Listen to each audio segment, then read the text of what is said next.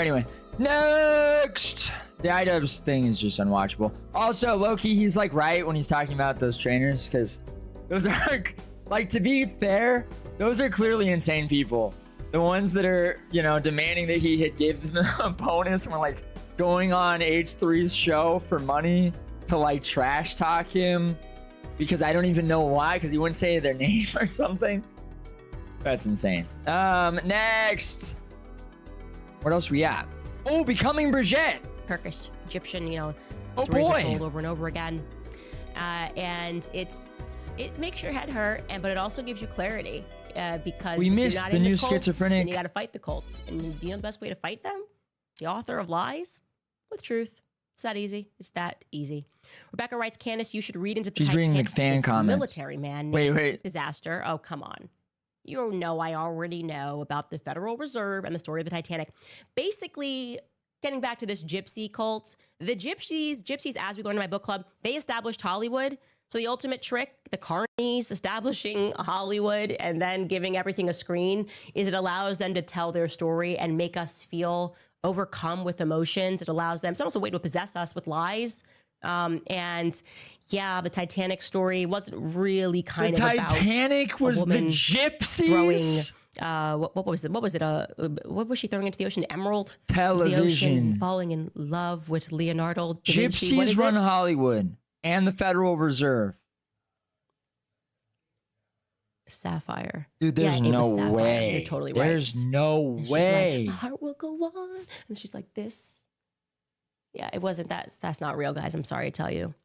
And when you're ready, I know now might seem a little too early because we've got a lot to digest. When you're ready to discuss the moon landing that Brigitte experienced with Americans, you let me know. And if you're ready for that, there's already a path. Oh, Sabbatean gypsies? Is this part of the Frankist thing? Wait, is that why she's saying gypsy? Because she thinks it's the Frankists? The Sabbateans? Oh my gosh, dude. No way. No way she doesn't know that that's not even the same thing either. Like Frankists are just Jews. They're not, and the Sabbatean gypsies are not gypsies. Like, that's not what people mean when they say gypsy. That's not the same people, dude. Oh my gosh. Past episode on that. Nah. No. I made that up. I think you're right. I think that is a real. Well, let's see.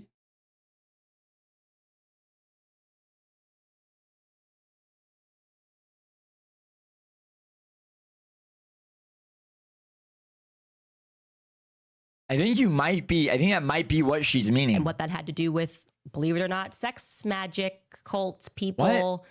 Hold on, wait. Run that back. I know now might seem a Let's little just too hear early this out. because we've got a lot to digest. When you're ready to discuss the moon landing that Brigitte experienced with Americans, you let me know. And if you're ready for that, there's already a past episode on that and what that had to do with, believe it or not, sex, magic, cults, people, the Jet Propulsion Laboratory, the precursor to the Apollo program. They were practicing ritualistic sex. When you're ready for that, the cult of Dionysus is in the NASA story, and so it feels kind of appropriate. What? Maybe potentially interesting. Does she mean they're like the Vril Society? Because she's just convoluting two things. Two. She's saying there's an American version of the Vril Society? Because those aren't the same people that were making the propulsion systems. Pathway that we can go down is to explore why Brigitte was here when she experienced the moon landing. And how exactly, by the way, did she experience that? I have so many questions, and I can't wait to get this mythological woman under oath. All right, guys, I'll see you over at the book club, and otherwise, see you guys tomorrow. Dude, where is she even getting these ideas? Like, please show me the book list on the book club, please. What are they reading? What the fuck are they reading? Candance Owens book club. Dude, what are they reading? Come on. Candance Owens, Make Him a Sandwich. Pre-order Candace's new book. Why real women don't need fake feminism. Dude, did she forget to do this like 8 years ago? Has this been on here as a pre-order for decades? Join the book club. Wait, is there actually like a book? Or is that just what she calls the subscription? They actually read? Because she sometimes says that. Oh yeah, okay. Book club. Okay, wait, here's all the episodes. Here's all the episodes. We can see them actually. Okay, so for one, dude, these are literally the only books she's read. Is this one gonna be about what she's been talking about now? The Assault on Truth by Jeffrey Moussaïf Masson. No way. No fucking way. She's read 3 books. And she has that on her book club. But like, these are the 3 books I've ever heard her cite ever. And she's been doing for like 4 years. Okay, now I'm exaggerating. 2 years. For 2 years, she has been referencing Hollywood Babylon and Chaos. And now I guess she's going to start referencing, because she's now read a 3rd book, The Assault on Truth by Jeffrey Moussaïf. And she made it sound like it was like a book of the month was Chaos, because I think that's what she wanted it to be. But then it wasn't, right? And so now we have 1, 2, 3, 4, 5, 6, 7, 8 episodes of Hollywood Babylon, which I'm assuming are months. 5 episodes of Candace, or of Chaos. You can see how long it's taking her to read these.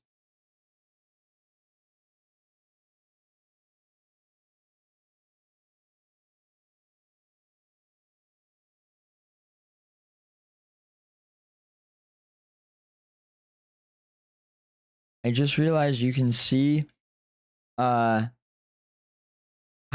long it's taken Candace to read each of the 3 books she has ever referenced for anything ever. Because each episode equals 1 month on her book club. Sorry.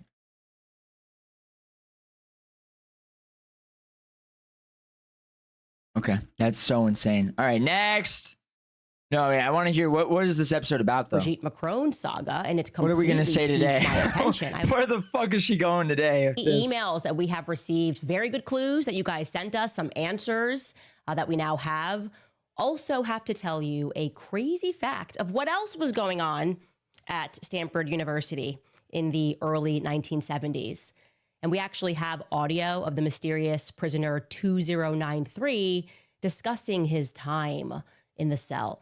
But first and foremost, we ended yesterday's episode with a question: why make Brigitte the First Lady of France, right? That's like a weird thing. She got away with so much. Why then make her the First Lady of France? I speculated that there's probably an element of theology here. Welcome back to Candace.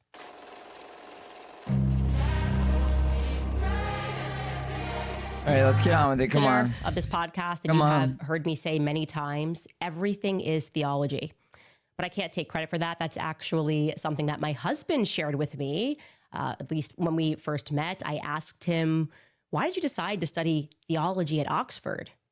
I remember thinking back then, like 2018, 2019, of all of the subjects available for a student to take on at university, why would somebody want to pick religion? Rank is theology. Especially a religion that you don't necessarily follow. Why do you want to learn about all of this? How silly I was, how wrong I was. Wait, I wasn't paying attention. What religion does he study? Wait, what? Actually, I think now one of my biggest academic regrets is that I went to college, wasted my time, when I should have just been studying religion and theology.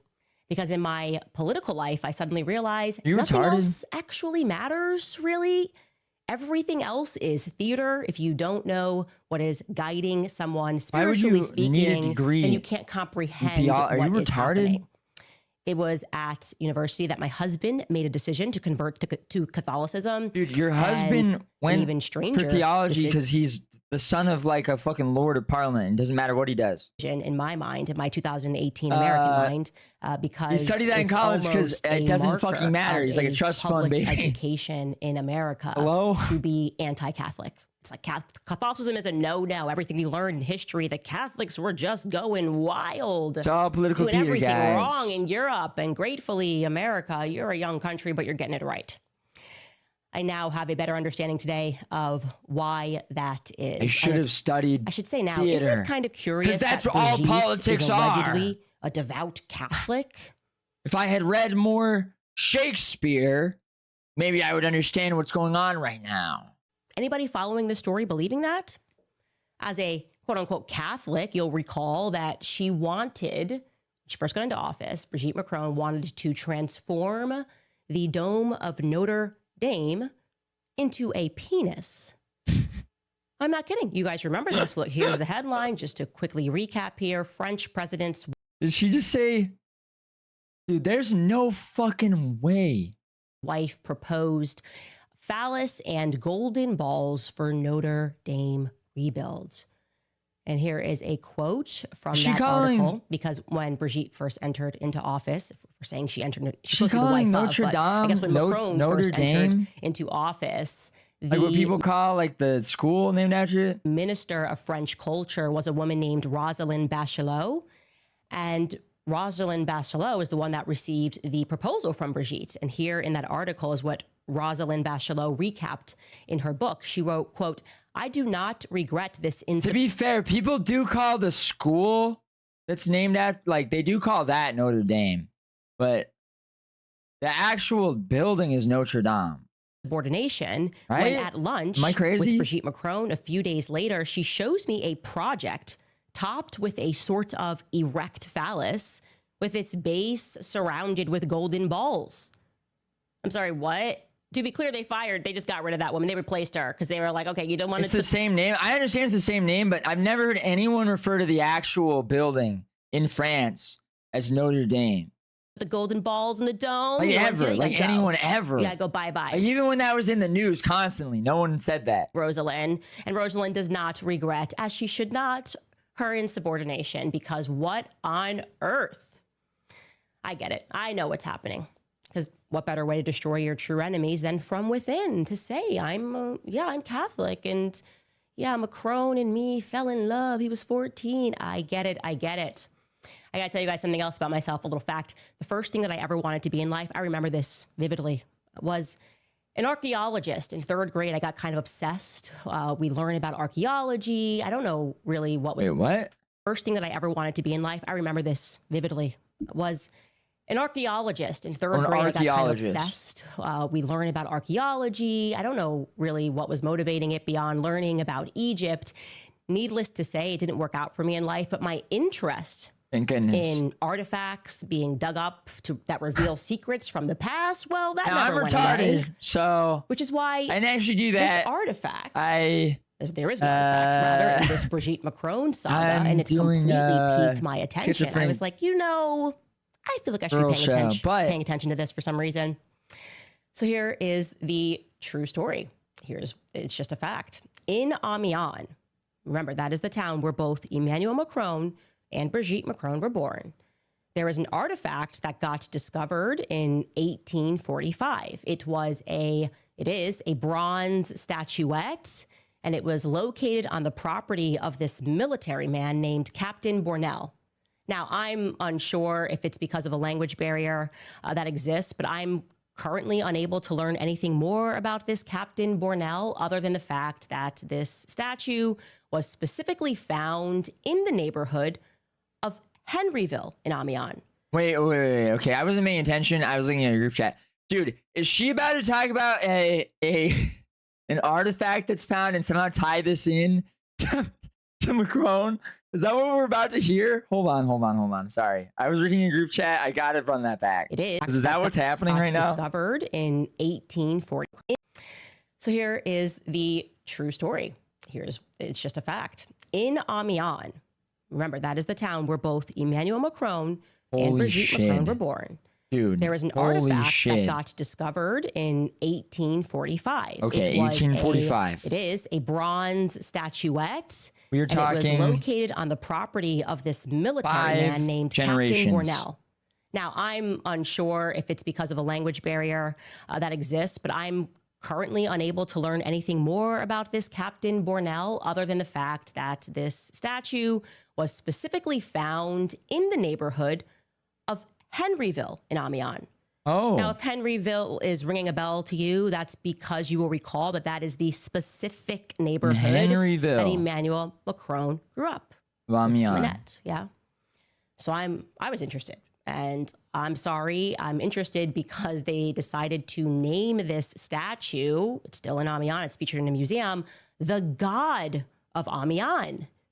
Like, I'm sorry, but if I was just going into my backyard and I dug up something that looked like a pagan figurine, I wouldn't name it the God of anything. I would be like, oh, we found this is interesting, but somebody made the decision to name that the God of Amiens. I needed to know more because you can always count on me to not mind my own business, okay? And like I said, what was compelling me was the name of it. Is she going to say that Emmanuel Macron and his wife are worshiping the God of Amiens because they're from there?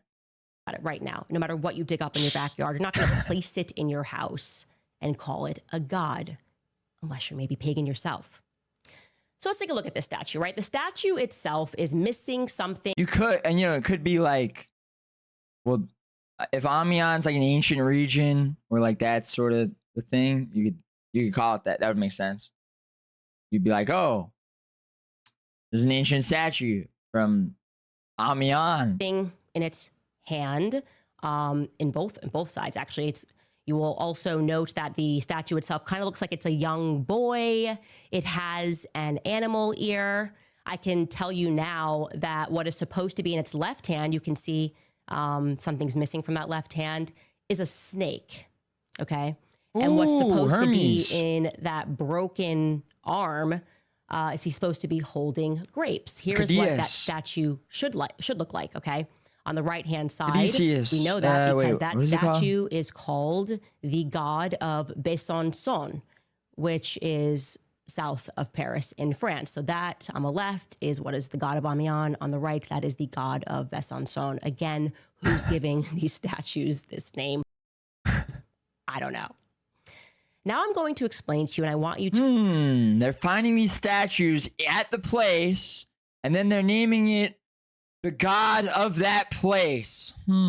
Who's doing this? What's going on here? To listen very carefully to everything that is represented in this unique statue, God, quote unquote, God of Amiens. Okay. King Midas is represented by the animal ear. Cybele, who was a demon and also the ancient mother goddess of Anatolia, who castrates herself, is castrated, is Midas represented is not the only by person the with an snake. animal ear. And then Dionysus, also goes by the name Attis, is represented by the grapes. Okay, that's the effeminate looking male. Lucifer. And lastly, the goat ear is Pan. I'm going to tell you the story of how these all come together. You just said the goat ear is Midas. Figures are all related to the same story. Is the also goes represent animal. Okay, King Midas is represented by the animal ear. Cybele. She's reading dude.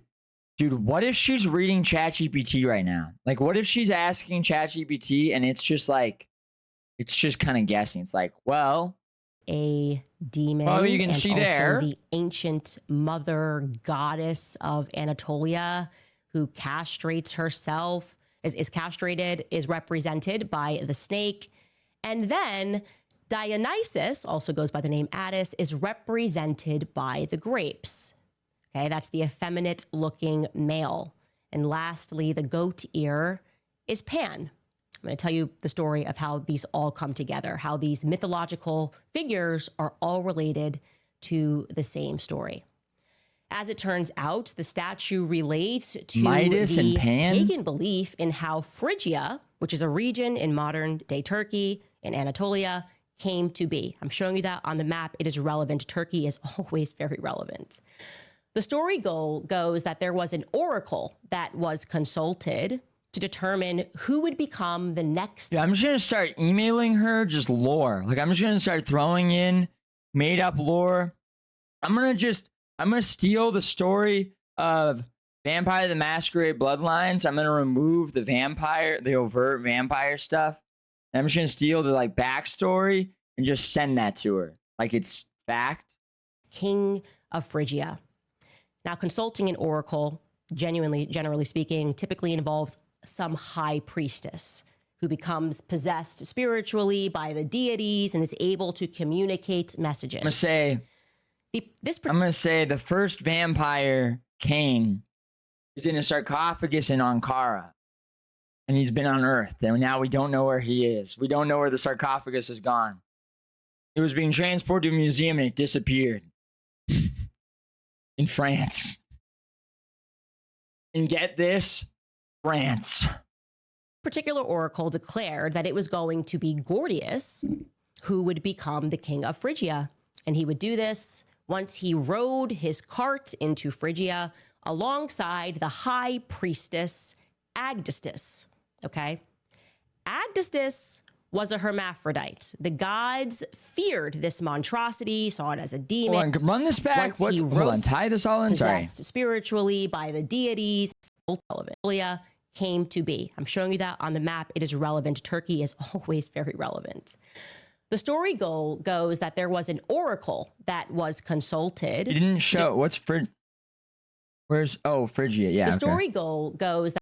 That's true, dude. She's just gonna spend all this time and then say it's Midas, or not Midas, it's Mithras, which is what I already fucking said, bitch. I saw it for like 3 seconds and knew it was Mithras, which is why it's in Phrygia, okay, where the Phrygian hat comes from, the free thinker hat, which damn this bitch is wearing, because what the fuck are you talking about? That there was an oracle that was consulted to determine who would become the next king of Phrygia. Now, consulting an oracle, generally speaking, typically involves some high priestess who becomes possessed spiritually by the deities and is able to communicate messages. This particular oracle declared that it was going to be Gordius who would become the king of Phrygia. And he would do this once he rode his cart into Phrygia alongside the high priestess Agdistis. Okay? Agdistis was a hermaphrodite. The gods feared this monstrosity, saw it as a demon, and so they castrated Agdistis. And then what was left was a woman, I suppose, and she becomes Cybele. Some of this is starting to sound familiar to you. You're like, it kind of the stories mix. You get the Greek, the Roman, the Turkish virgin, but follow me with this. I want to be clear here, okay? No? The ancient Turks. What? To the ancient Turks, there is no You get the what version of this? higher goddess that is worshipped than this priestess Cybele. She is their magna mater, the great mother of Anatolia. So Cybele goes on and she mothers 2 children. Don't worry, I'm going to actually show you a mythological family chart. Cybele goes on and she mothers 2 children. The first one she mothers with King Gordius, right? They rode into town together. That child is Midas. Everybody knows King Midas, right? King Midas, the golden touch. And her other child, who she mothers, is with someone else. And it was a bit of a scandal of how this child came about. That child is Dionysus. King Midas? Now, you will recall that Brigitte Macron from Amiens handpicked Thomas Jolly to put on that now notorious Olympic show that outraged the world. Brigitte was intimately involved in the planning of that performance for some reason. When the world objected to what looked like a promotion of trans ideology and a mockery of the Last Supper, curiously, the Élysée Palace rebutted, quote unquote, clarified to the public that it was actually supposed to be a tribute to Dionysus, the Greek god of wine and revelry that is represented in this god of Amiens figurine, okay? Right. Brigitte actually went so far, this meant so much to her to clarify this point that she stipulated in her lawsuit against me. Once again, while she's cooking here, can we just, in case you weren't following, she is talking about how in the 1800s they found a statue in the region Macron and his wife come from. The region, not even the town, the region. In the 1840s, they found a statue that they call the king or the god of Amiens or whatever, because they're just calling it like, you know, it's a idol sort of statue it found in that region. So it's called that. She's going to tie this in somehow and say that they're worshiping that through all this. Performance was actually about a Greek god. It says Owens went so far as to claim that the 2024 Olympic opening ceremony, which was a tribute to Greek mythology, was designed to honor Brigitte Macron because she is transgender. Oh, so you're doubling down on that. This is actually supposed to be something related to Greece. Again, I should have noticed it then, but that's another clue. Oh, honor Brigitte. It's the Olympics. Like, it's the Olympics, which is Greek, and they had trannies dressed as fucking Dionysus because they're French. Brigitte Macron because she is transgender. Oh, so you're doubling down on that. This is actually supposed to be something related to Greece. Again, I should have noticed it then, but that's another clue. They say way too much, the Elysee Palace, way too much when they pretend to be outraged about Dude, something. there's no way. Back to Dionysus, right? The second child of Cybele. Somehow the Olympics contained Greek pagan undertones. Yeah, it's weird. It's a weird crossover there. I don't know what's up with that. Greek mythology, The Olympics. The Olympics. story goes that Zeus Olympics. became quite enchanted with this priestess. Like where Cybele. Zeus lives. Zeus, if you know, the he Olympics. was cheating all the time on Hera, Olympus. his wife. And one of these individuals, it's Cybele, he gets enchanted by this priestess and he begins to see her on the side. And the end result is that Cybele becomes pregnant with his child.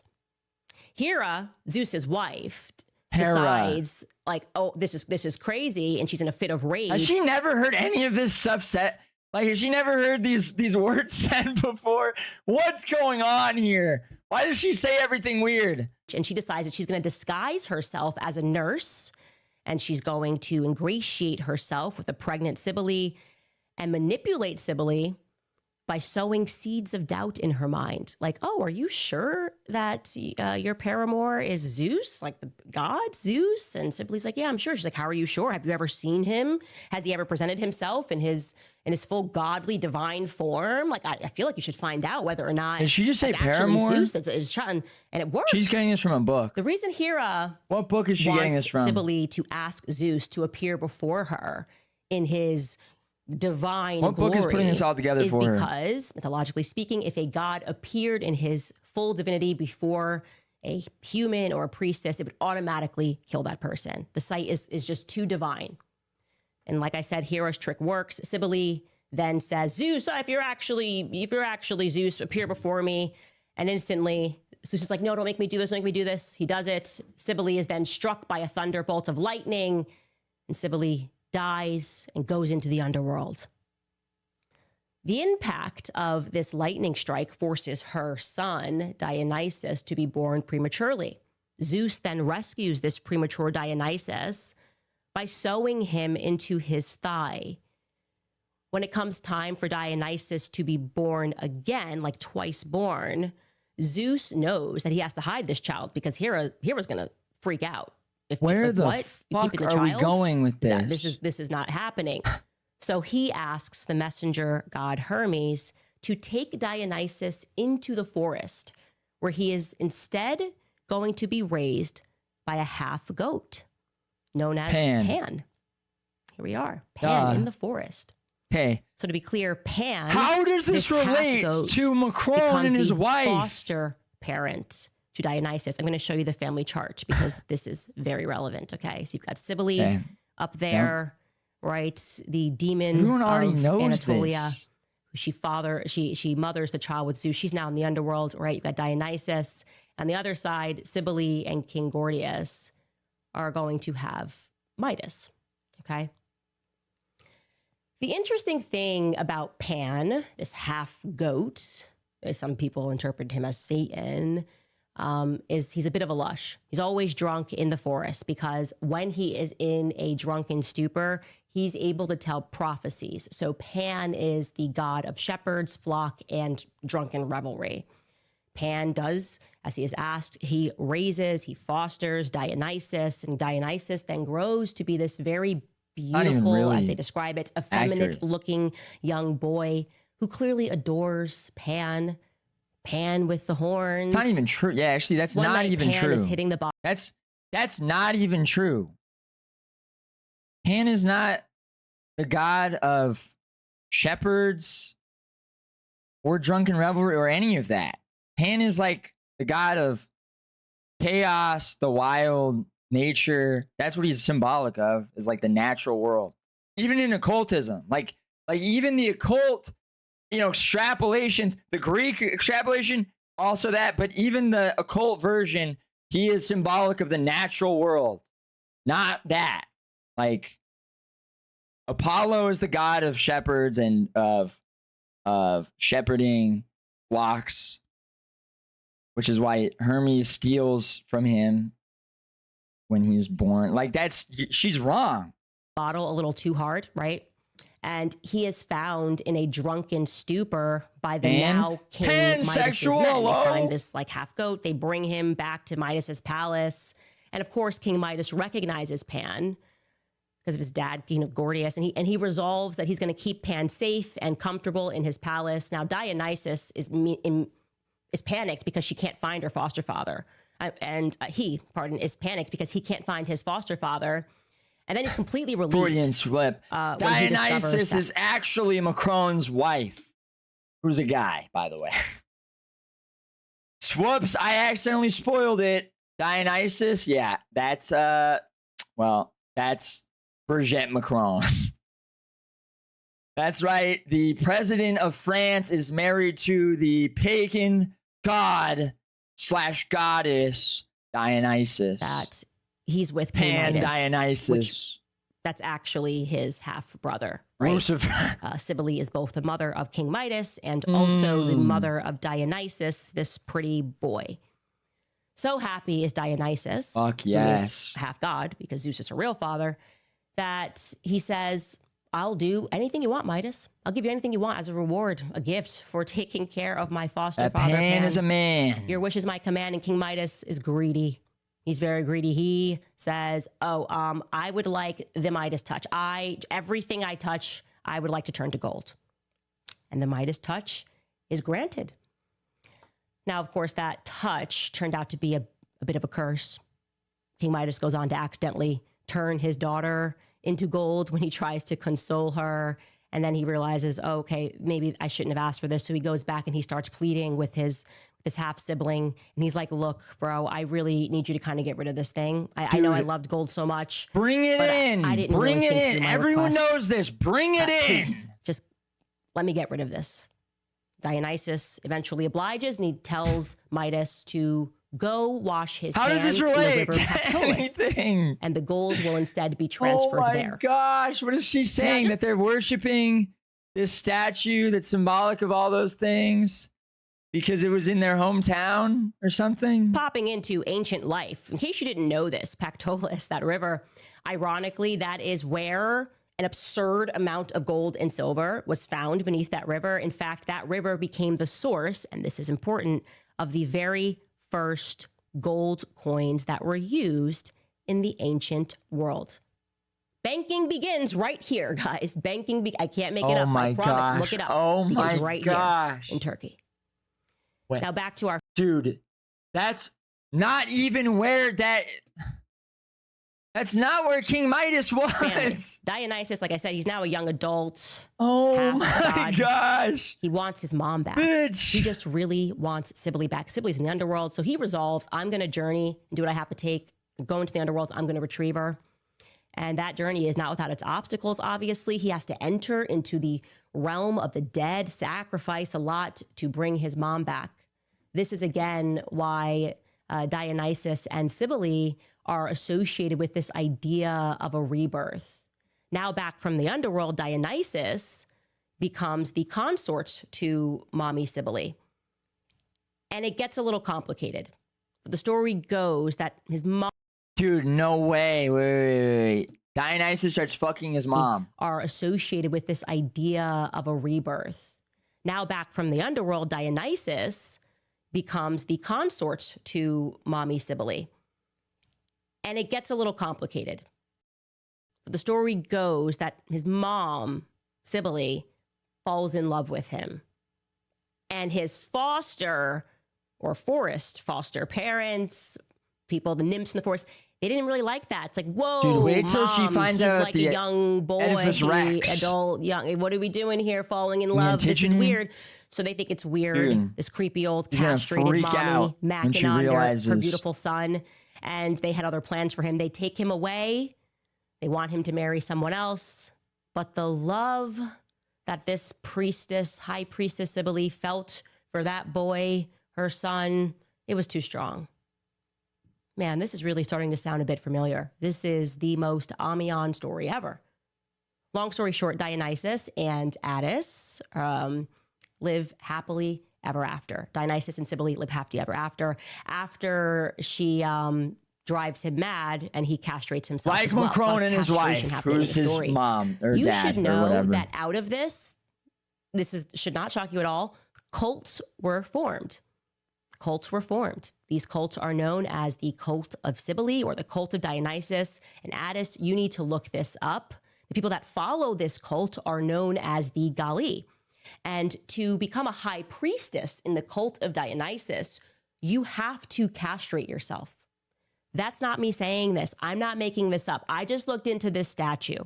Here it is. You can read it on the English Heritage site. It tells you about the Gali breaking Roman gender norms, a little piece of LGBTQ plus history, I bet. Okay, she is stealing this from a book. In the cult not about of the goddess Cybele. Macron. They may have been devoted specifically. Where's her book list? Is that what this is? The Assault on Truth. Can we look this book up, please? The Assault on Truth by Jeffrey Moussaïf Masson. Is that what this is? It literally is, dude. It literally is going to be holy shit, because she's just saying that it's his fucking dad, because this is a book attacking Freud's assertion of sexual psychoanalysis. Holy shit, which is like, that's where the Oedipus complex, the idea of that you want to like fuck your parents or whatever, comes from. Oh my gosh. So is that what this book is going to be? Is it going to be talking about all that too? Historian Peter Gay? There's no way that guy's name is Peter Gay. Peter Joachim Gay? Dude, come on. Gotta change that. What's wrong with you? What are we doing?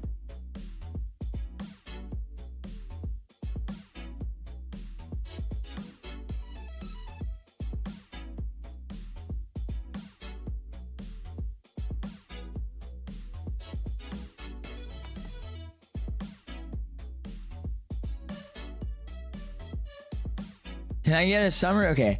Masson argues that the accepted account of the way in which Sigmund Freud, the founder of psychoanalysis, abandoned his seduction theory is incorrect. According to Masson, Freud's female patients told him in 1895 and 1896 that they had been abused as children, but Freud later came to disbelieve their accounts. He argued that Freud was wrong to disbelieve his female patients, and that the real reason Freud abandoned the seduction theory was...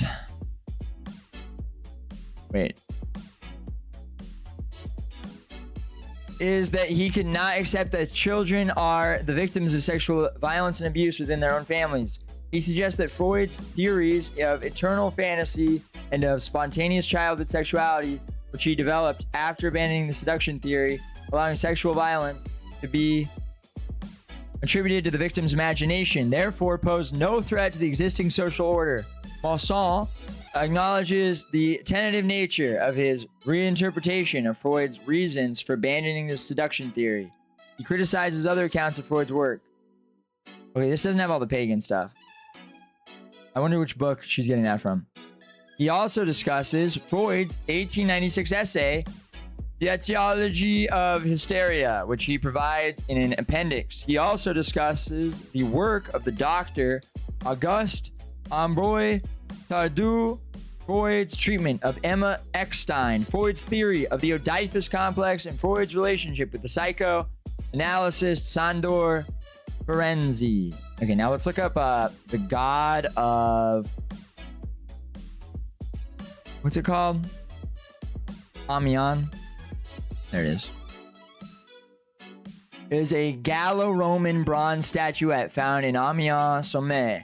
The statuette, which has been dated to the end of the 1st century, is of a male youth sat across-legged with the right ear of an animal, perhaps a deer's. This statuette is on display at the Musée de Picard. The god of Amiens has been linked iconographically with 2 other Gallo-Roman statues from northeastern France, the god of Bassacon and the god of Lantilly. These have been thought to represent a common Gaulish god whose attributes included a bunch of grapes, a serpent, and an animal ear. The god is perhaps connected with the Celtic stag god Cernunnos. How do you say that? Wait, I feel like I know. Cernunnos. Cernunnos? Isn't there a god, a Celtic god that's in Smite? Is that one in Smite? Which one's in Smite? How was I saying this before? I was not saying all that, that's for sure. Yeah.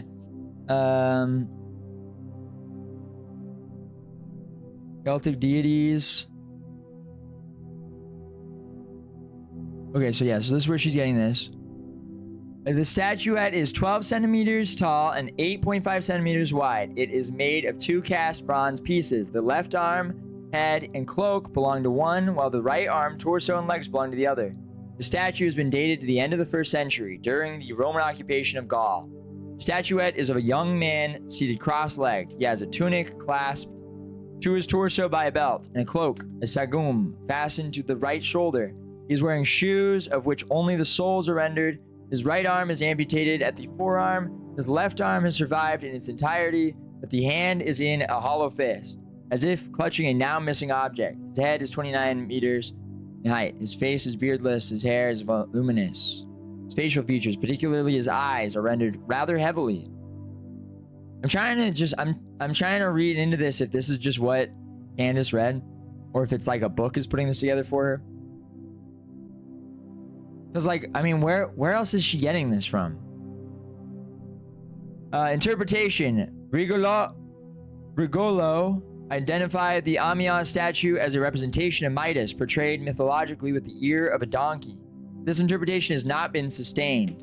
The crossed leg association with the animal world and heavy facial features allow the Amiens statue to be identified as a Celtic representation of a god. The attributes are not identifiable with those of any god in the Greco-Roman pantheon. So these 3 statues have been thought to represent a common Gaulish god. The god of Amiens has been thought to be more closely approach a native Gaulish representation of this god. The Bascon statuette shows heavy Greco-Roman influence. For example, in the rock seat and the naturalistic treatment of the god's head, the treatment of the Flamme seems borrowed from representations of Hermes. Yeah, true. The clumsy treatment of the attire on the Amiens god, by contrast, is much more characteristic of Gaulish art.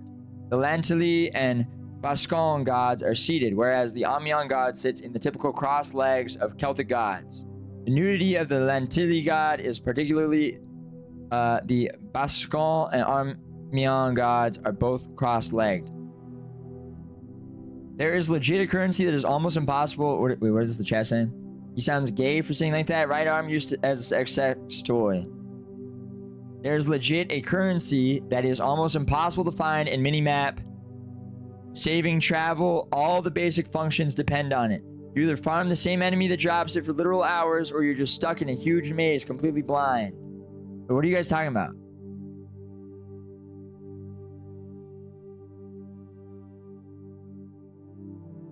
Oh, you're talking about the new Hollow Knight game? Okay.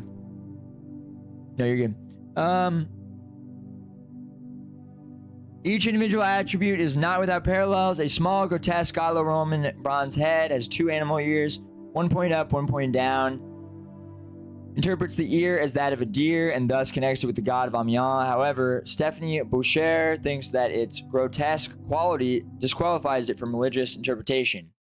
Fernand Benoit has connected the snake and grape attributes with 2 bronze statues of Epona, one found in Reims and the other of Mysique. So where's she getting this from? Probably from this guy. Can I get the citation on that?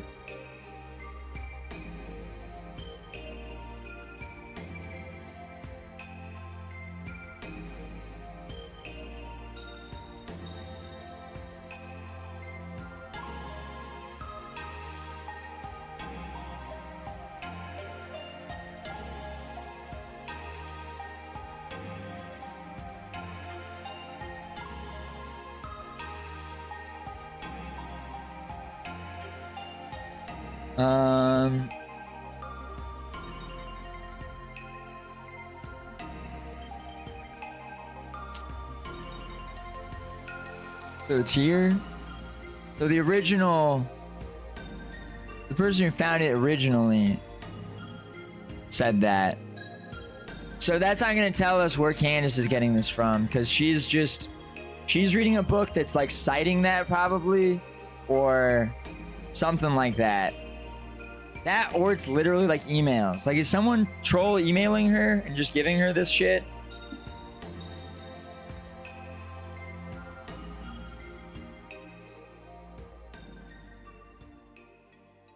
Shiny Beard Boo Boo? Most bullshit I ever had to deal with in a game.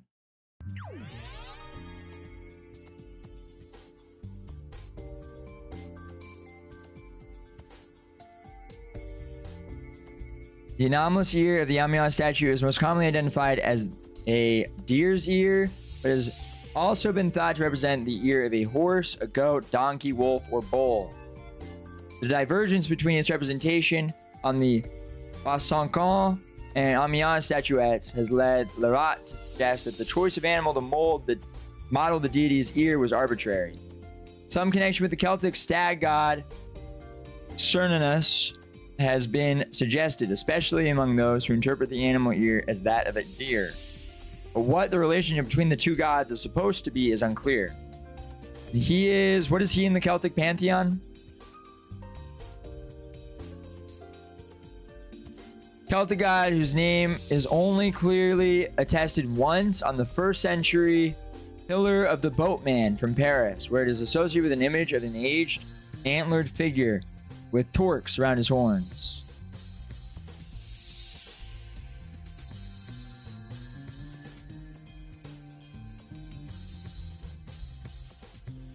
Okay, is he like the equivalent of Pan?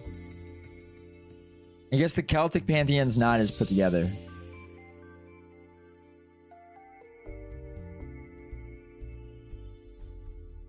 Interesting. Okay. Back to this. Back to Candace. Let's hear more. To her consort, Addis, that's Dionysus, who had castrated himself in a fit of divine frenzy. On initiation to the cult, the Galli also castrated themselves, and afterwards they dress exclusively in women's clothing. They therefore occupied the ambiguous space in Roman notions of gender that many modern transgendered and non-binary people have identified with. I bet. Castrating yourself and then only... She's like, and there it is. Only dressing in female clothes. I kid you not. This is apparently the god of Amiens.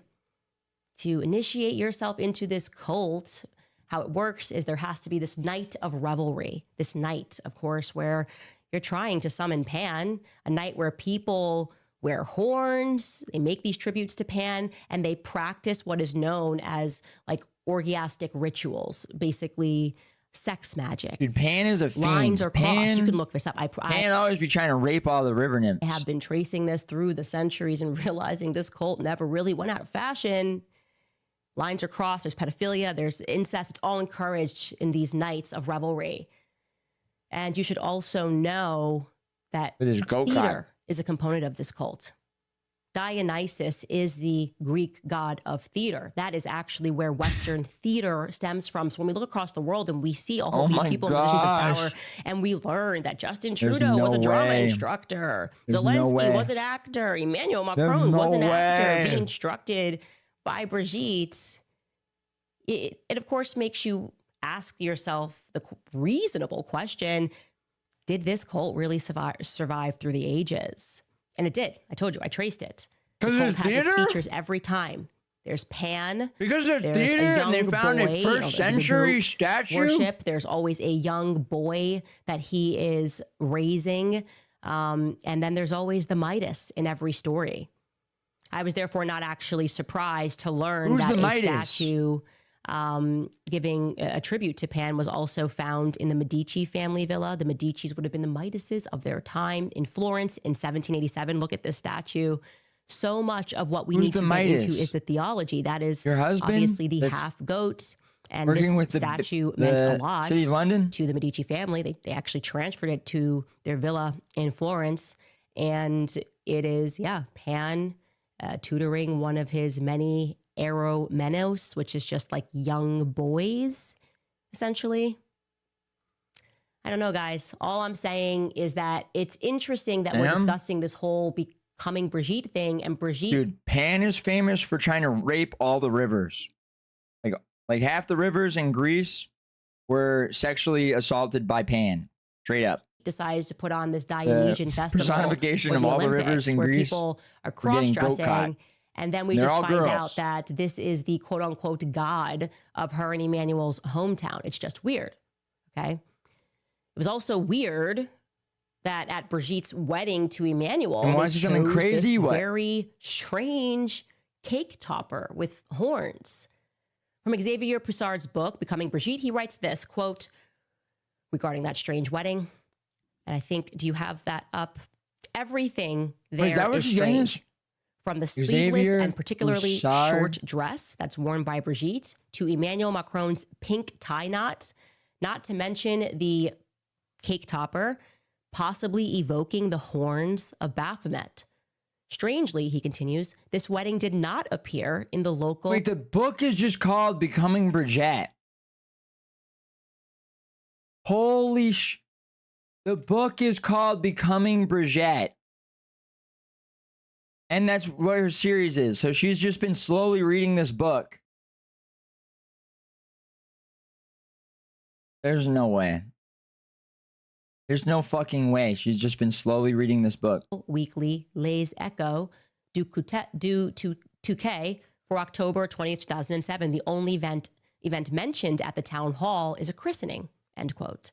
So yeah, it's a weird wedding, and they couldn't find that this wedding was reported on in the local press, and no explanation for that cake topper.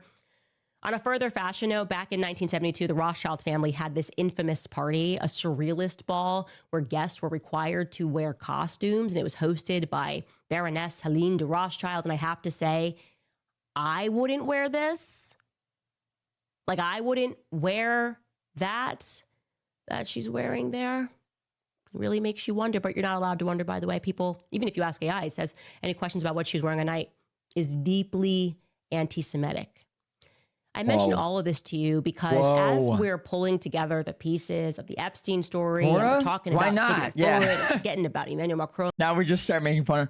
You sound fucking crazy. You think the Rothschilds are doing something weird? What's wrong with you? Fucking insane bitch. When you start to see these themes, theology is very, very relevant. It might be time for all of us to pick up an old Bible, not a new one. They're changing things around. Showing him to the Rothschild party and your friends already. It's pretty clear in the Bible that the Ashkenaz are the Turks, and they are not Semitic. They cannot be Semitic because they are of the lineage of Japheth and Gomer.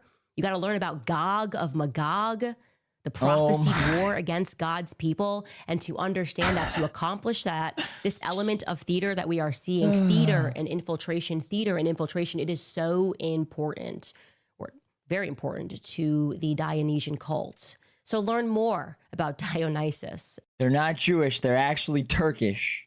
And I think you will be provided a lot more clarity about what it is that we are facing. And no, you are not crazy. Okay. In fact, I would argue that the people that are running the world are out of their minds, truly and utterly out of their minds. I'm going to show you more that we have discovered about prisoner 2093, allow you to listen to some audio from that. First, I want to tell you guys about Riverbend. Dude, now she's tying it back. Okay. So did she just not expand on any of that? Let me just recap. Can we just run this all back? Okay. So she starts it off by saying when she was a kid, she wanted to be an archaeologist. Then she starts talking about how in 1840, they found a statue in the region of Amiens, which is a large region in the northwestern part of France, okay? Which is also where Brigitte and Macron come from. This is a bunch of cities. This isn't like a city. This is like a huge region. Amiens, okay? They call the statue the god of Amiens because after reading about it, they call it that because it is some kind of Celtic god that they can't really identify with any particular one because it has a bunch of different traits that none of these other gods really identify with all of them, and it doesn't really resemble any specific Roman or Greek god. And they don't know about the entire pantheon of the Celts. Like a lot of that's not really well known, right? So it's called the god of Amiens, not because they're worshiping it and they think it's a god, but because it's clearly depicting some kind of god from the 1st century, and they don't know which one. So it's the god of Amiens, okay? Then she links all of the traits. It has what is not identified necessarily on that statue. Actually, it's not a goat's ear. It is a deer's ear. On a different one, it looks more like a goat's ear. And the guy has that, and he has what? A caduceus, which I don't even know how she identified that one with anyone other than Hermes, but yeah, he had like a snake staff, right? And then grapes in his other hand, like Dionysus, because Dionysus is a god of like wine, okay? She then explains that Dionysus was born because Zeus had sex with a former hermaphrodite that was castrated to just be a woman, who gave birth to Dionysus, but then Zeus killed her because he appeared before her because Hera tricked him into doing it, and she went to the underworld. And then Dionysus was born but didn't know his mom, and then eventually went to the underworld, and then met his mom there, and she fell in love with him and had sex with him or something. Okay. And then she is linking Dionysus to the French Olympics, which she was pointing out was pagan, which she still hasn't put together why. I mean, like, were they like trannies and like fat people depicting these Greek gods at the Olympics? Yeah. But she can't put it together in her head. She still, even in this video, can't put together why they had Greek Hellenistic gods being portrayed at the Olympics. She then immediately mentions Zeus with zero irony, with no joke there. She goes from saying it's weird that the Olympics have Hellenistic pagan gods, then immediately says Zeus, back to like the statue thing, okay? Dionysus. And then shows like a depiction of Pan with another guy and is insinuating that he was raping him. But I've never read really anywhere any like gay stuff about Pan. Like, not really. All the Pan myths involve him chasing river like nymphs or fairies basically and trying to rape them, which are women and aren't mortals and aren't little boys. she gets what he is in charge of wrong too, and what he is symbolic of wrong. Then she mentions Midas, because Midas descends from Dionysus. King Midas descends from Dionysus, and King Midas is the first banker, is what she says there. And then she somehow ties that into the Rothschilds, is insinuating that there's a cult of Dionysus still alive, which, like, maybe she's right, maybe she's wrong. You know, I guess you have to be careful, because you don't want this to, like, make you necessarily disagree with other things you might agree with because of totally different logic and not related to Macron and his wife, right? But she now, again, has not linked this in any way to Macron and his wife, other than that they're from the region of Amiens where the statue was found 200 years ago, almost. Like 180 years ago, the statue was found. They have nothing to do with this ever in any relation at all. She just kind of insinuated that they're worshiping it, and now she's just moving on. She's like just changing the subject. She just like said all that. Now she's going, anyway, so next subject. Yeah, so what the fuck did any of that have to do at all with becoming Brigitte?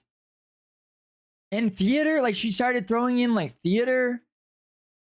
Because Dionysus, who again, Dionysus is not even linked to that, because Dionysus is a Greek god who, yeah, okay, like he is the god of like wine, I guess, right? Like he is in charge of wine and revelry and partying. That's true. But this is like a Celtic statue that has a bunch of things that don't have anything to do with him at all. And you can't relate to him. And no archaeologists have even tried to. No one's related it to him at all. They call it the god of Amiens because they don't know what it is. They don't know what it's supposed to be. It's not Dionysus. They didn't make a statue of 7 gods either. Like, that's so retarded. If they were going to make a statue of fucking Dionysus, it would look like a statue of Dionysus. Like, more than just the Greeks had wine and alcohol. I mean, was there anything else? Am I missing something? Did I miss a part where she bridged this stuff and it like made sense? I have accumulated over 61,000 channel points and will mog this chat into oblivion, says Dr. BWC. Let's go. They made a statue of 6 gods. Yeah. They made a statue of 6 gods from a different pantheon than they would have even worshipped. From not even just the Roman pantheon then, but the Greek pantheon. Not the Romans who are occupying them, but the Greeks that the Romans have adopted vaguely, partially into their pantheon. What the fuck is wrong with you? Like, ranch, because I've been talking a lot about Riverbend Ranch. I love their steaks. The Black Angus beef is famous for its fantastic flavor. Riverbend Ranch has taken Black Angus beef to a whole new level. Right. Over the last 35 years, Riverbend Ranch has been creating an elite Angus herd by using ultrasound to select genetically superior cattle with a focus on flavor and tenderness. Each year, Riverbend Ranch provides about 850 elite Black Angus bulls containing these special genetics to over 260 Western U.S. ranches. No, wait. Those partnership ranches receive a substantial premium from Riverbend Ranch for raising those calves without the use of growth hormones or antibiotics. Babylonian mystery cult? Is this? The calves containing these elite genetics return to the Riverbend Ranch to spend the following summer in lush mountain pastures. When you purchase from Riverbend Ranch, you are not only supporting the 64 cowboys and their families who work on the ranch, but you also support the over 260 other U.S. ranches and the hundreds of American families who work on those ranches. Dude, that Pima's tweet that said, I cooked the bull. It is born in the USA, raised in the USA, processed here in the USA. The meat is aged to perfection for 21 days, and it's shipped directly from their ranch to your home. This is not your average Black Angus beef. I told you guys it's way more flavorful. You will totally enjoy it. It's tender. It's truly the best Angus beef that I've How ever does he do had. it? Right Don't now, know. when you head over to riverbendranch.com and use promo code Candace Go at for general in the checkout, chat you will too. get I $20 glazed you at the off very your beginning first of the order. stream. Trust me, you're going to be very impressed. Visit riverbendranch.com and use promo code Candace. Also remind you guys about American financing because the cost of everything Oh my is still up. gosh, the ads on the show. Fuck off. Is what was listed in This is so, it's like you're doing a show about pagans and bankers and you're saying that they're evil, and then your show is sponsored by the cult of Mithras and people that are trying to finance or refinance old people's homes. Okay? Do you know what banks do? Like, do you know what you're accusing Midas and the Midas family then of doing? 51210. Again, that's 800-795-1210, or you can visit americanfinancing.net/Owens. That's americanfinancing.net/Owens.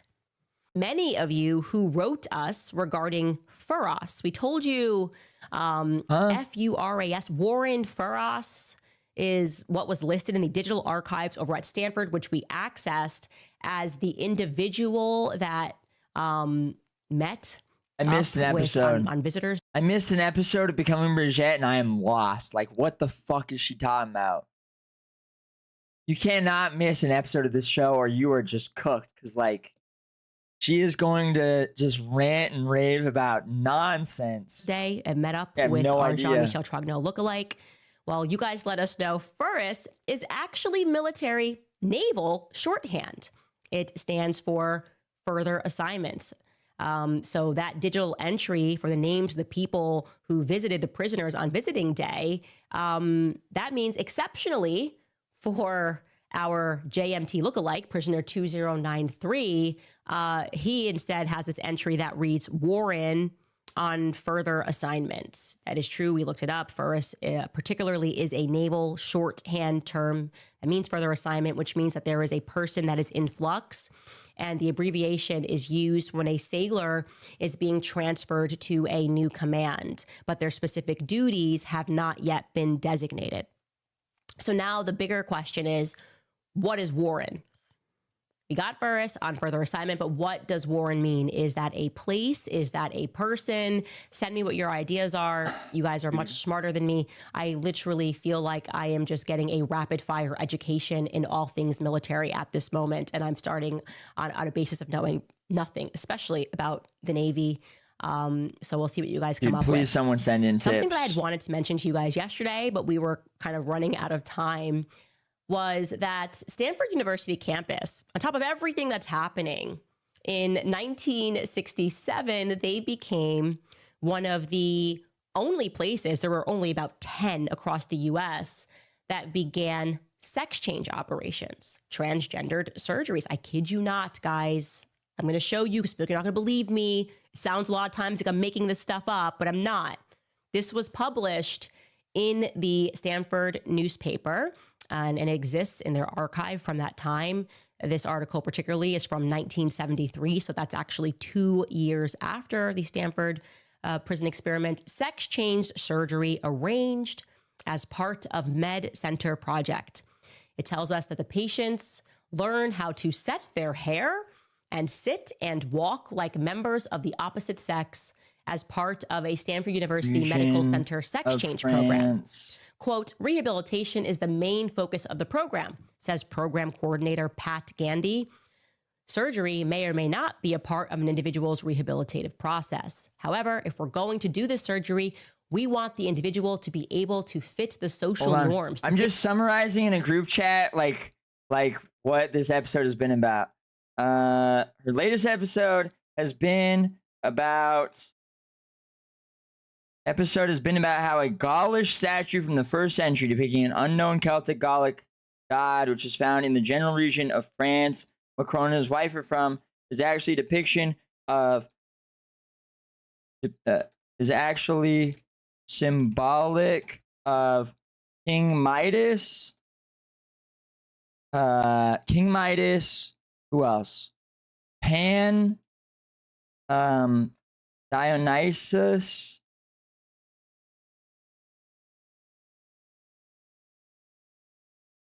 Who else was it? Dionysus and who else? Jason Chicago. Hold on. Link. Hold on. Will I type this out? Now it's stuck in traffic, so let's see if the police... They're stuck in traffic? And again, think about a Home Depot and a high-speed vehicle going through this and all and the things that can go King wrong Midas, here. Pan, Dionysus, and... So all right, now we're there's something else too. Who else was it?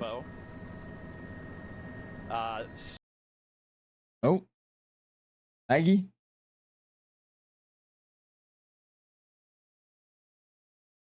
Soon, this is going to go underneath the Kennedy Expressway. This is a very busy interchange here. And I want to remind everybody, this pursuit has been going on for about 30 minutes, about 20. Dude, this sucks. Everybody, this pursuit has been going on for about 30 minutes, about 20 or 30 miles. I first heard about it all the way out at Gulf and Barrington Road at Streamwood. Okay, this is unwatchable. Sorry. So there's what I just said. South on The Kimball lag switching him. Gone. All right, fuck this.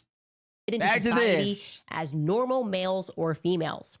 Since Stanford began, the article goes on to say, since Stanford began performing sex change operations in 1967, some 500 candidates have approached the hospital, but only 10% actually underwent surgery, Gandhi said. And it goes under this new subheading, only program. Stanford offers the only such program on the West Coast and is among about 10 nationwide, he added. Potential candidates undergo extensive physical and mental testing and are evaluated by a team of doctors, psychiatrists, psychologists, and former patients, Gandhi said. He said the evaluators look for motivation and physical resemblance to the opposite sex. They must be physically capable of undergoing the surgery and must have no history of psychosis. Then it tells us that for the 10% who have surgery, it is not done for at least 12 months when we feel comfortable and the patient feels comfortable with the decision, Gandhi said in an interview.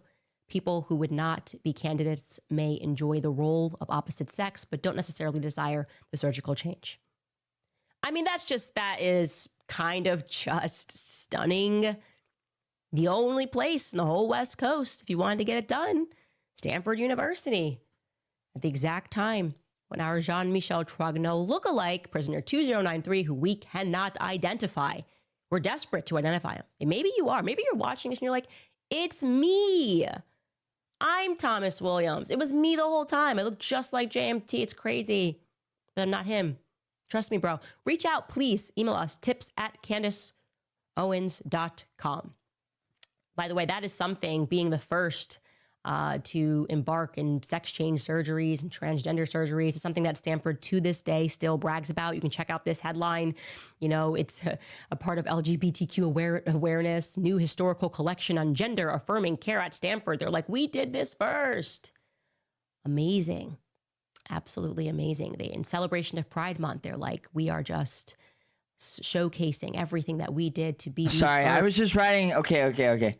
Candace's latest episode has been about how a Gaulish statue from the 1st century depicting an unknown Celtic Gallic god, which was found in the general region of France Macron and his wife are from, is actually symbolic of King Midas, Pan, and Dionysus, because Dionysus fell in love with his mom or something, and King Midas descends from him and became the world's first banker, then mentions the Olympics in France, showing a Greek pagan version of the Last Supper, and unironically can't figure out why Greek Hellenistic gods would be depicted in the Olympics, then vaguely insinuates that Macron and his wife are actually doing gay incest because they are in the cult of Dionysus. That's literally what she's saying, right? Like, first people that took care of trans people. You have to wonder, as we all watch the world go trans mad, are we being indoctrinated, you guys? By the cult of Dionysus? Into somebody else's theology? Are we being indoctrinated into somebody else's faith? We talked about this combination of the male and the female. The more you learn about Cybele, the more you learn about Attis and or Dionysus. They try to pretend these people were not the same. Absolutely, they are the same. you really start to understand what is happening in this world. So, I mean, thanks for the tidbit, Amian. The more you learn somebody else's faith, we talked about this combination of the male and the female, the more you learn about Cybele, the more you learn about Attis and or Dionysus. They try to pretend these people were not the same. Absolutely, they are the same. You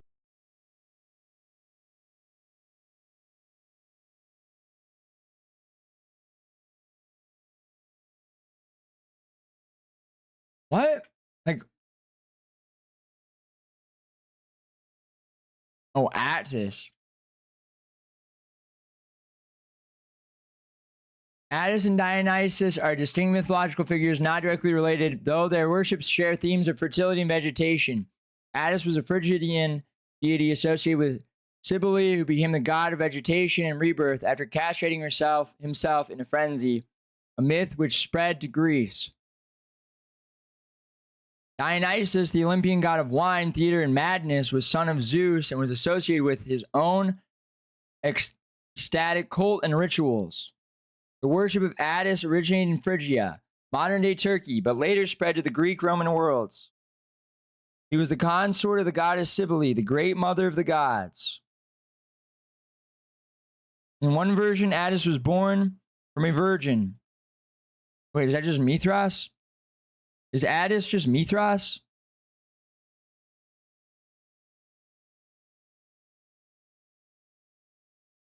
Dionysus was a major Greek Olympian god associated with the vine, winemaking, fertility, music, and madness. He was son of Zeus.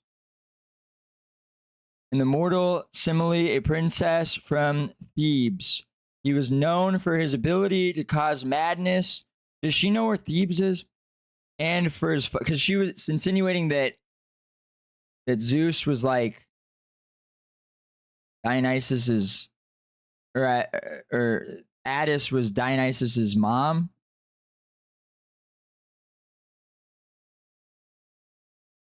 What the fuck is going on?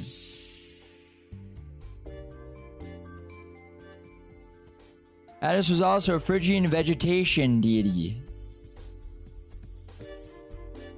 Dude, there's the Statue of Liberty.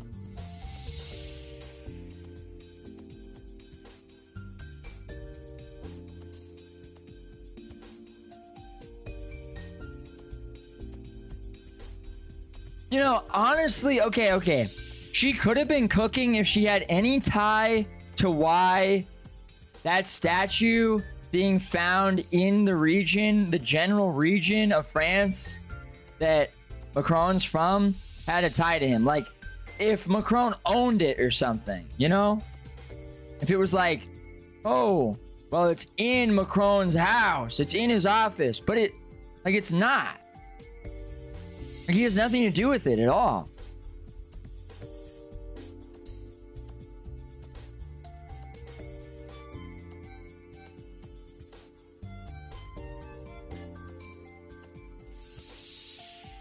'19th century scholarship wrongly identified the god Attis with a similar sounding name of the god Attis. The name Attis is often seen in ancient Aegean cultures. It was mentioned by Herodotus. However, Herodotus was describing Attis, the son of Croesus, a human in a historical account. The 19th century conflation, the man Attisus, name with the mythology of the god he was presumably named after, Attius the sun god, slain by the boar's tusk of winter, and hence a connection to a similar sounding Attis was a mistake, but the long-standing error is still found in modern sources. In his left hand, a shepherd's crook. In the right hand, a pomegranate. His head is crowned. Okay, wait. This god's not even depicted the same at all. His head is crowned with a pine garland with fruits. This is like a Mithraic thing. He's wearing the fruit hat. Bronze rays of the sun, and on his Phrygian cap is a crescent moon. It was discovered in 1867 at the campus of the Magna Mater, together with the other statue. The objects seem to have been hidden there in late antiquity. Plaster cast of it sits in the apse of the sanctuary of Attis, the campus of Magna Mater, while the original was moved to the Vatican museums. A marble bas-relief depicting Cybele in her chariot an Addis from Magna Graecia is in the Archaeological Museum.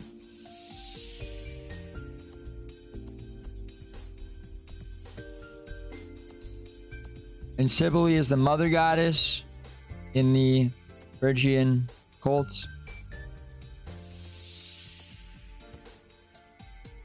And that is tough. That is actually tough as fuck.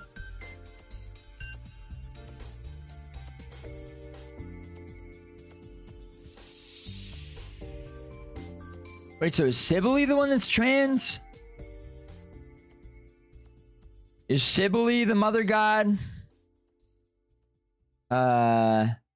What's it called? When you get castrated. Many of her Greek cults included rites to a divine Phrygian castrate shepherd consort Addis. Wait, so wouldn't this just insinuate... So Cybele is not the one that's castrated. Addis is. Wouldn't that insinuate that Brigitte Macron is not then trans? Wouldn't that just mean that Macron is castrated or something? Because the mother goddess isn't castrated or trans or anything like that. That would make Macron maybe trans. Because, like, this is the MILF goddess that's like, it's like making a younger man, youthful male consort, you know, her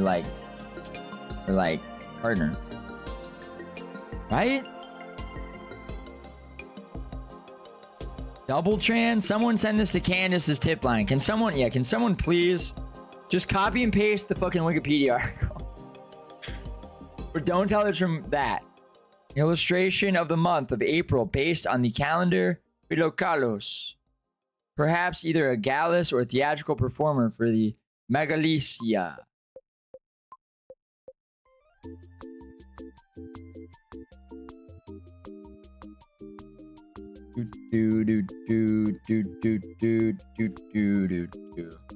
Honestly, you would find so much shepherd related like mythology and stuff in the Phrygian region because that's all they're doing, right? Like they're running cattle there, I think that's like pastures mostly, is that not? So wouldn't all their gods just be on like chariots and be gods of shepherding or related to that? I don't know. Okay, back to really this. Start to understand what is happening in this world. So, I mean, thanks for the tidbit, Amian. Also we received tons of emails regarding George Pompidou. We told you that was the prime minister. What's the other one say? Who became the president of France after this color revolution was staged to overthrow Charles de Gaulle, who was much more like, no, we're not doing this thing. We're not moving away from gold. This is not a good idea for us to just join the global fiat system. Well, this is one of many comments that we received. I'm reading this particular one from YouTube. This person writes, Candace, important nota bene here. George Pompidou was the director general of the Rothschild Bank in Paris before becoming prime minister and later the president of France. Working under the leadership of Guy de Rothschild, Pompidou joined the bank in 1955 and quickly rose to a management position, working there until 1962. Thanks for your work. He is correct. I fact-checked that. It is true that George Pompidou, very similar story to Emmanuel Macron. I mean, it's almost the same thing. Just like a hand on him, a Midas touch upon him, gets pulled to the ranks and becomes the president after they had to get rid of de Gaulle. And yeah, then France came and picked up their goal in this mysterious naval fleet. Apparently Air Force was involved. We don't know. We don't really know how that happened, what route the gold take. Lastly, a lot of French people, French-speaking people, I should say, all over the world, Canadian French people and French people wrote to us to explain the unusual, overly wordy and unnecessarily philosophical manner that prisoner 2093 speaks in the transcript of his exit interview. speaking about his identity, the self. It was very confusing. And I said, that ain't American. We don't speak like that. Okay, you can learn the language, but there's something that goes beyond the language, which is this regular? And the answer is no. That speech was incredibly irregular. It was incredibly confusing. Well, guess what? The audio on that actually does exist. There's no visual, but there is an audio that was up on the Stanford website. I don't know how I had missed it. Once again, as we play this audio, I want you to pay close attention to the struggle that this person has with R's. This is very clear to me that this is not a native English speaker. I would state almost unequivocally that this is not a native English speaker. Unfortunately, because he's discussing his role, we're going to keep hearing him try to pronounce these R's. Take a listen. I suppose you could say I was playing my best role, because I believe that life is really depends upon what role you play as to how you act. And in almost any situation that I've been in, I can describe it in terms of a role I'm playing. And being in prison, having to follow all of these rules, it was one of the first opportunities I've had to play the basic role, or at least as far as I can understand, the basic role on which the other roles are built. Oh yeah, sorry. Okay. And I can't describe self in terms of anything but role. I believe that Sorry to leave. the most important Candace thing playing. is results and not Fuck what. Prisoner 2093. No way this is in American. What is this? What the attempts are. What'd I miss? I'm not quite Catch me up, sure. chat. What'd I miss? I mean, I would change to most any role, most any role that can be built upon the basic role, in order to accomplish what the basic role would want to accomplish, but could not accomplish by itself, by acting as a role. Okay.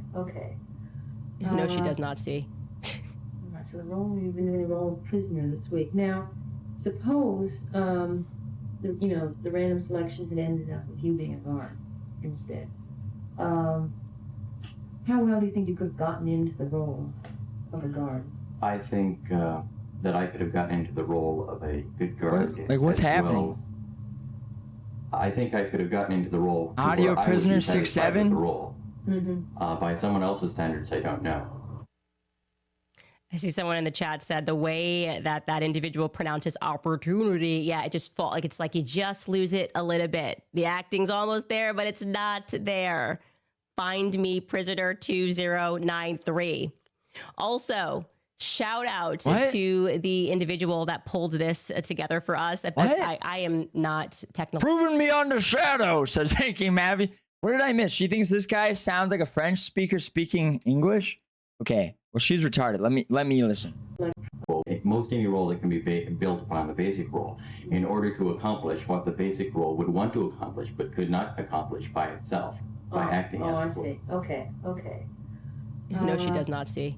All right, so you've been doing the role of prisoner this week. Now, suppose the random selection had ended up with you being a guard instead. How well do you think you could have gotten into the role of a guard? I think that I could have gotten into the role of a good guard as well. I think I could have gotten into the role to where I would be satisfied with the role. By someone else's standards, I don't know. That does not sound like a French speaker speaking English at all. Dude, like, I know French Canadians. I know a bunch of French Canadians. That is not at all what any French Canadian sounds like. I see someone in the chat said the way that Not even slightly. Yeah, like individual what pronounces where was any French part? opportunity, yeah, it just it's like you just lose it a little bit. The acting's almost there, but it's That's someone with like a slight southern accent, not trying not to have it at an elite school. not there. Find me prisoner 2093. Also, shout out to the individual that pulled this together for us. I am not technologically gifted, and this person, I guess, on the Face app. Is it the Face app, Skylar? The Face app, I think, right? I guess they use the face app, and I guess there's a setting where you could just turn any person. I think I remember this was becoming quite a thing where people were posting on Facebook and social media, here's me as a guy. And they were just kind of like changing their faces from man to woman. So this person was playing around and put up a picture of Jean-Michel Trogneau and just turned it into a woman. And look at this. This is from, again, the face app. This is not actually. Dude, it made John Trogneau look like, get this, his sister. Dude, when I put John Trogneau into face app and I made him into a female, he looked just like his sister Brigitte. It's obviously doctored, but take a look at this. This person Holy turns this first name is Jean-Michel, and then show me the next one, Skylar, from this face app. Amazing. That is amazing. Using this app, going just feminize this. This is what is done by AI if you take the photo of Jean-Michel. I will never unsee that. I will absolutely never unsee that. It is amazing. There it is. I got a crazy email, by the way, of somebody who thinks that they have found Jean-Michel in a yearbook in America. But I promise you that email came in 2 minutes before we went live. I was going to shut down everything for the day and be like, we need to confirm this. It's over. But we haven't had time to actually see if it is accurate. If it is, this is insane. I don't know. I'll follow up with you guys. Let me just get to telling you guys about Cozy Earth before I get to some of your comments.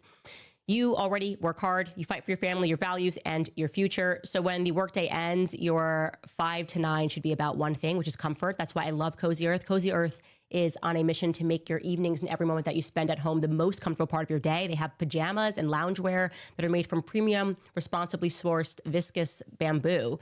They're soft, breathable, and temperature regulating, which is why I can't go a night without using them. Cozy Earth offers more than just clothing.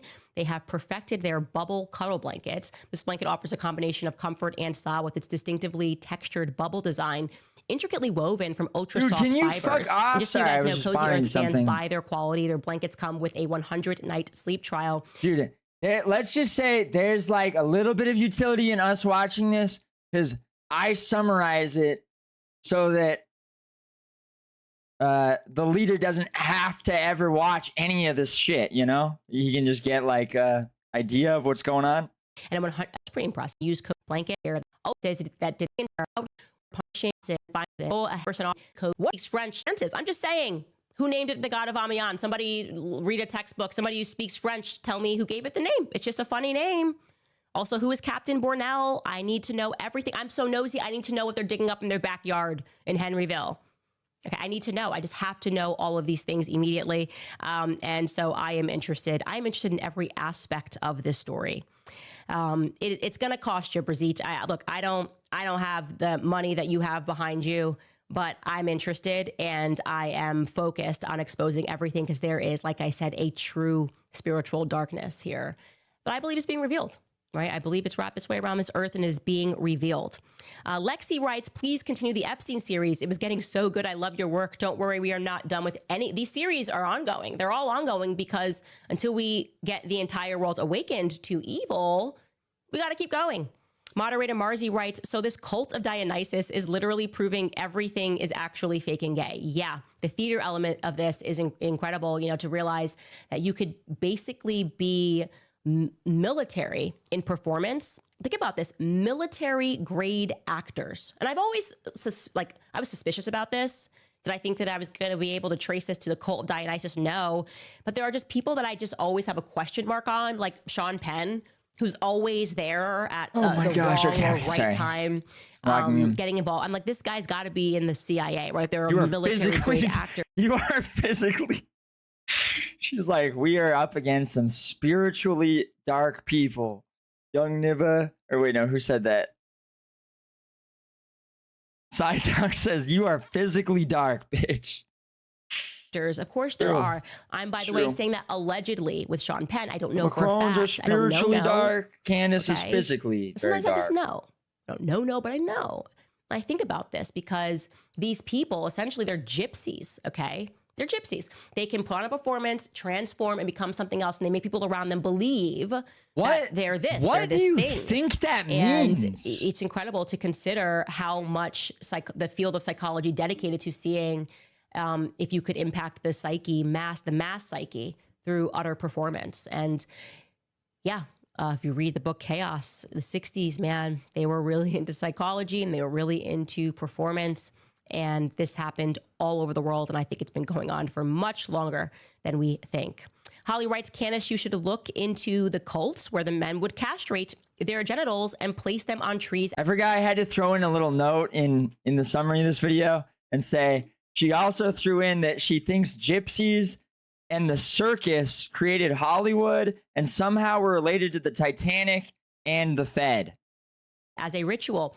She literally says that. Like, do you remember when we opened this video, it was like ending and the last super chat or whatever, the last chat she was reading was like about the Titanic. And she went, oh, I know all about that. Yeah, the gypsies sunk the Titanic to create the Fed. Like, what?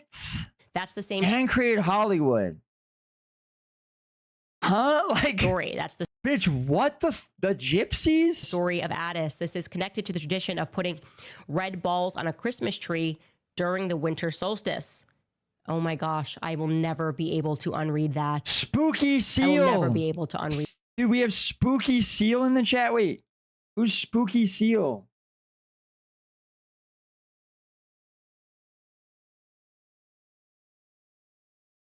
Dude, that's like Halloween themed. A Halloween themed name change. Let's go. Read that. I know exactly what you're talking about because the story of Addis and the forest and what happens after he castrates himself. I am so upset that I will never be able to unread that. Thank you for that. Crikey writes, it's amazing what you find when you want to know if the president of France is... It's amazing what you find if you just start... Like, she is taking random conspiracies she's reading and then just fitting it onto someone she wants to. It's insane. It's like, and then taking abstract words and like things related to things that sound similar and just like shoving it on there. Like, yeah. They were born in a region of France. Oh, well, there's a statue there. Like, this episode was about how there was a statue in the region of France Macron is from that she thinks, I mean, doesn't even depict Dionysus or any of them or the Phrygian gods, but she thinks does. That's like a Celtic god from the 1st century.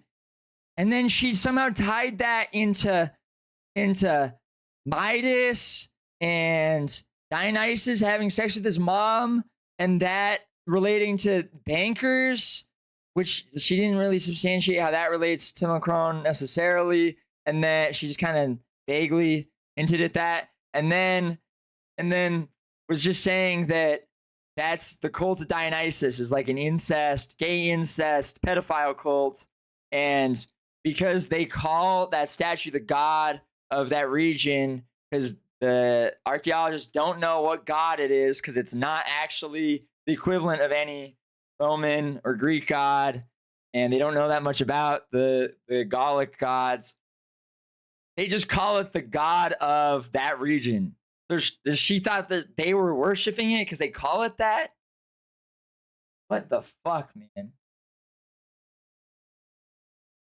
Wife has a, well, ask Tim Dillon. It is. And like I said, this entire journey obviously is there are so many things that are just God. Making me interested in this, making me passionate enough about it that I didn't let it go when the entire media came down and was like, no, this is crazy. The idea that, and I'm like, what are you talking? This is like a very solid story. And now the entire world's being You're not ready for this knowledge and listening right? to it. Maggie writes, if we are not in the Matrix, it is at least an alternate universe that we are beginning to see alongside our reality. My head hurts. Yeah. Oh, it's a Matrix, my friends. It is a Matrix. And like I said, you might want to buy yourself an old Bible. Get into understanding where these tribes went, what they were up to. No, not. You need a Bible from before 1830 when they unearthed the god of, what's the region called?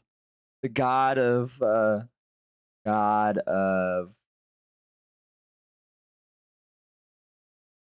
What's the region? Amiens. Yeah, you need a Bible from before the cult of Dionysus was revived, before the cult of Dionysus and it took over because the Rothschilds funded Napoleon, or no, the Rothschilds bet against Napoleon at Waterloo and became super rich. Everybody was Shemitic, you know, from Shem. It's very important. It's a reason actually that they made us. Did she just say to indoctrinate us Shemitic? further into their cult. When you learn in school, oh, it's science, it's transgenderism. They turned everything into a science. What they were up to. No, not everybody was Shemitic, you know, from Shem. It's very important. It's a reason actually that they made us to indoctrinate. Did I miss? What was she talking about before that? And I'm like, what are you talking? This is like a Wasn't paying attention. making me interested. I will never be able to unread that. Thank you for that. Was I talking over this? Story. That's the story of Addis. This is connected to the tradition of putting red balls on a Christmas tree. Hold on. She's connecting like Christmas to this now. Who's always there at the raw. Dude, she's gonna become like a Jehovah Witness or something. She's gonna become a Jehovah Witness and stop celebrating the pagan holidays. She's gonna realize that all of the holidays are secretly paganized and the Christmas tree is worshiping Addis, which is Macron. Yo, look at that. She's pogging. Yo, Candace Pog. Look at her.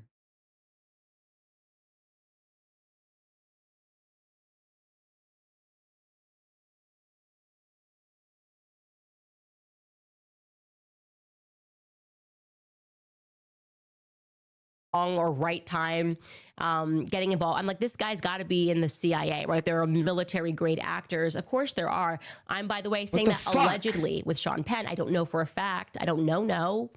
Okay. I don't know. No. Sometimes I just know.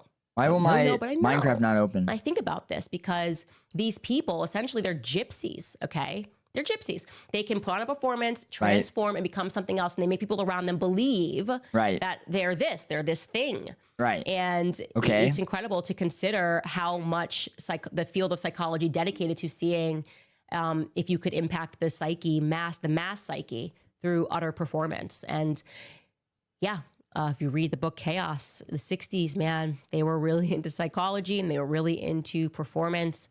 And this happened all over the world. And I think it's been going on for much longer than we think.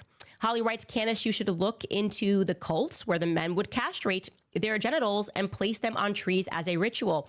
That's the same story. That's the story of Addis. This is connected to the tradition of putting red balls on a Christmas tree during the winter solstice. Oh my gosh, I will never be able to unread that. I will never be able to unread red that. balls I know on a exactly Christmas what tree. you're talking about because the story of Addis solstice. and Forrest and what happens after he castrates himself. I am so upset. That's his balls on the Christmas tree. No way.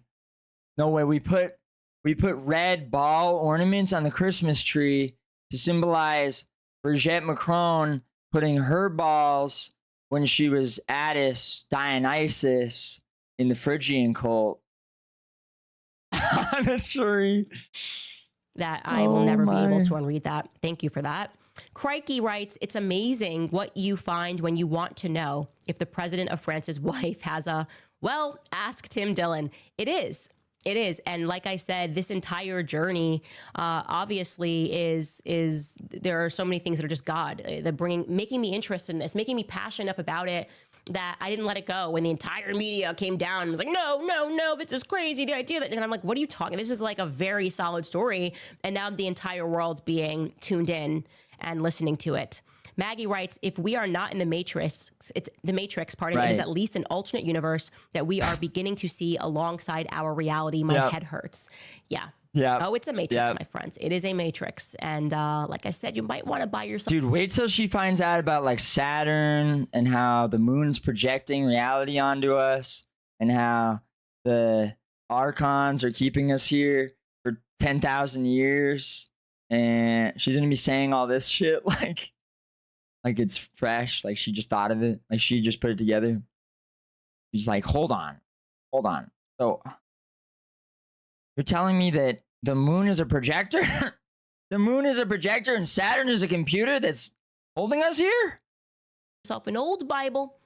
Get into understanding where these tribes went, what they were up to. No, not everybody was Shemitic, you know, from Shem. It's very important. It's a reason actually that they made us, to indoctrinate us further into their cult. When you learn in school, oh, it's science, it's transgenderism. They turned everything into a science. They realized this is the hack. Tell people you're too smart to believe in God. Here's while the they hack. believe in their gods, and they're going to indoctrinate you into doing things to worship their gods, like abortion, the sacrifice that is being made to their gods, of course. And you can trace that through the times to a specific tribe. You know, the murder of children.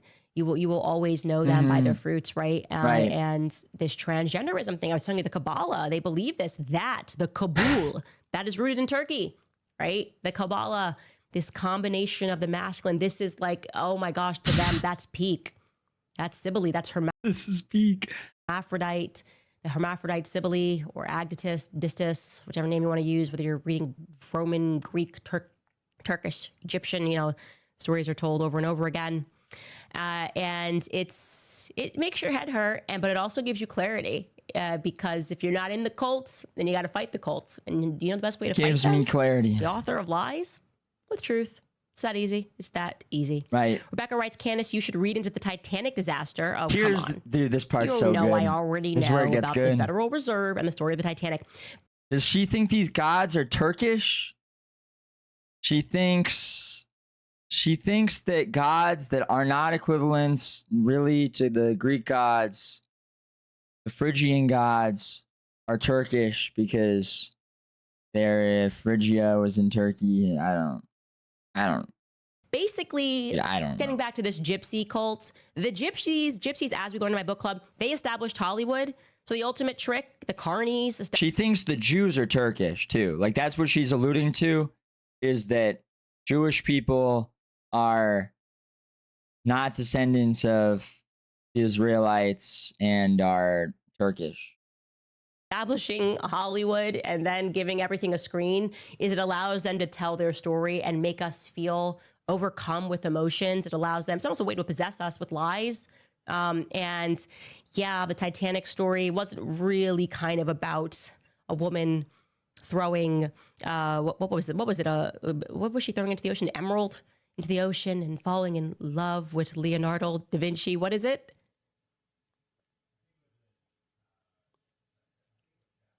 Sapphire. Yeah, it was Sapphire. You're totally right. And she's like, my heart will go on. And she's like this.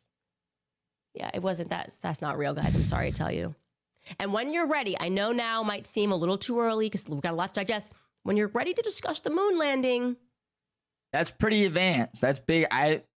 Joe Rogan talks about that. That's a daring. That Brigitte Big. experienced with Americans.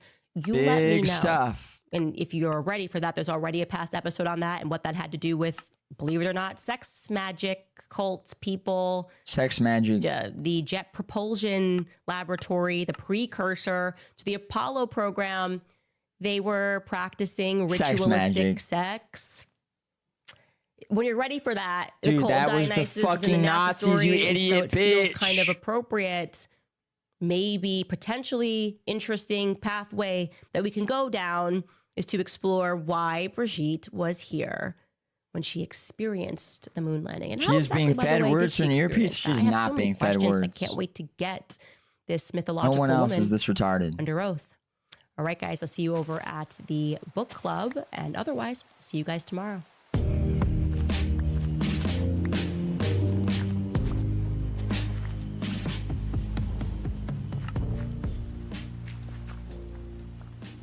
Wow, that was good.